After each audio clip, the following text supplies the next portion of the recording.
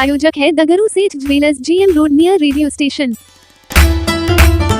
महाप्रबंधक ने दरभंगा स्टेशन का किया निरीक्षण, छठ पर्व पर की गई तैयारियों का लिया जायजा, दिए कई आवश्यक दिशा निर्देश। बुधवार की शाम 4 बजे महाप्रबंधक छत्रसाल सिंह दरभंगा स्टेशन पहुंचे, जहां उन्होंने स्टेशन का निरीक्षण कर छठ महापर्व को लेकर तैयारी, यात्री सुविधा, सुरक्षा के मद्देनजर की गई तैयारियों का जायजा लिया। महाप्रबंधक ने छठ पर्व में यात्रियों की सुविधा हेतु दरभंगा स्टेशन पर बनाए गए होल्डिंग एरिया का भी निरीक्षण किया तथा उपलब्ध यात्री सुविधा का जायजा लिया। निरीक्षण के दौरान महाप्रबंधक ने छठ पर्व पर भीड़ प्रबंधन, यात्री सुविधा, सुरक्षा सहित सभी प्रकार की तैयारियों की समीक्षा की तथा ट्रेनों एवं स्टेशनों पर आवश्यक सुविधा की निरंतरता को सुनिश्चित करने के निर्देश दिए। बता दें कि पुनर्विकसित स्टेशन भवन आकर्षक डिजाइनों के साथ उन्नत एवं अत्याधुनिक यात्री सुविधाओं के साथ युक्त होगा, जिसमें दरभंगा रेलवे स्टेशन भी शामिल है, जहां महाप्रबंधक छत्रसाल सिंह ने स्टेशन के सर्कुलेटिंग एरिया, प्लेटफॉर्म, FOB सहित यात्री सुविधा से जुड़े विभिन्न पहलुओं का भी गहन निरीक्षण किया। तो वहीं इस दौरान महाप्रबंधक के साथ समस्तीपुर मंडल के मंडल रेल प्रबंधक विनय श्रीवास्तव सहित मुख्यालय एवं मंडलों के कई अन्य अधिकारीगण मौजूद थे।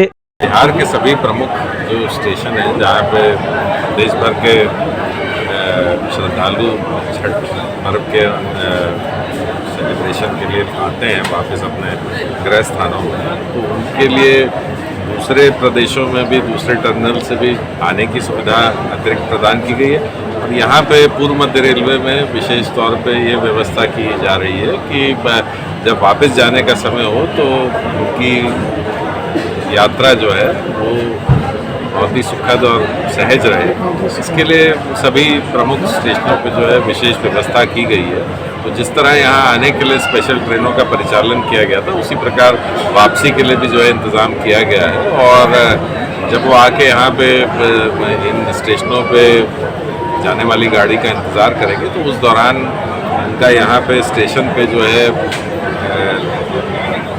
जितने पीरियड के लिए वो यहाँ रुकेंगे, वो भी एक आरामदायक अनुभव हो, उसके लिए विशेष व्यवस्थाएं की गई हैं। खान पान की भी, सफाई की भी, मेडिकल व्यवस्था भी जो है रखी गई है कि जिससे अगर किसी को दुर्भाग्यवश डॉक्टर की सहायता की आवश्यकता पड़े तो वो भी उपलब्ध रहेगा।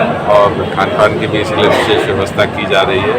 जो हमारे विभिन्न संगठन हैं शहरों में जो इस तरह की इवेंट्स में चैरिटेबल गतिविधियाँ करते हैं, तो उन लोगों से भी अनुरोध किया गया है कि वो लोग भी आके जो है सहायता प्रदान करें और यात्रीगण के लिए जो है खाने पीने की भी व्यवस्था जो है बहुत सारे स्वयंसेवी संस्थाओं ने जो है पहल ली है प्रदान करने की।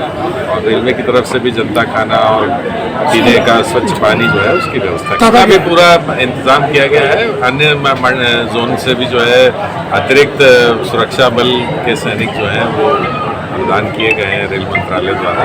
और बिहार राज्य पुलिस और राजकीय रेलवे पुलिस वो लोग भी जो है पूरी तरह से जो है मुस्तैदी से जो है यहाँ पे उपलब्ध है, जिससे कि कानून व्यवस्था जो है वो सुचारू रूप से चलता है। इसीलिए मैंने बाहर भी कहा था कि काफ़ी लंबे समय के लिए 8 तारीख के बाद जो है गाड़ियों का परिचालन किया जाएगा। तो सभी से अनुरोध है कि वो 1 या 2 दिन के अंतराल में ही वापस जाने की कोशिश ना करें। और मुझे ऐसा अपेक्षा भी है कि काफ़ी सारे लोग चूँकि काफ़ी दिनों बाद अपने घर आए हैं, तो सब लोग इसी उद्देश्य से आते हैं कि घर में जो भी लंबित कार्य हैं वो भी संपन्न करें।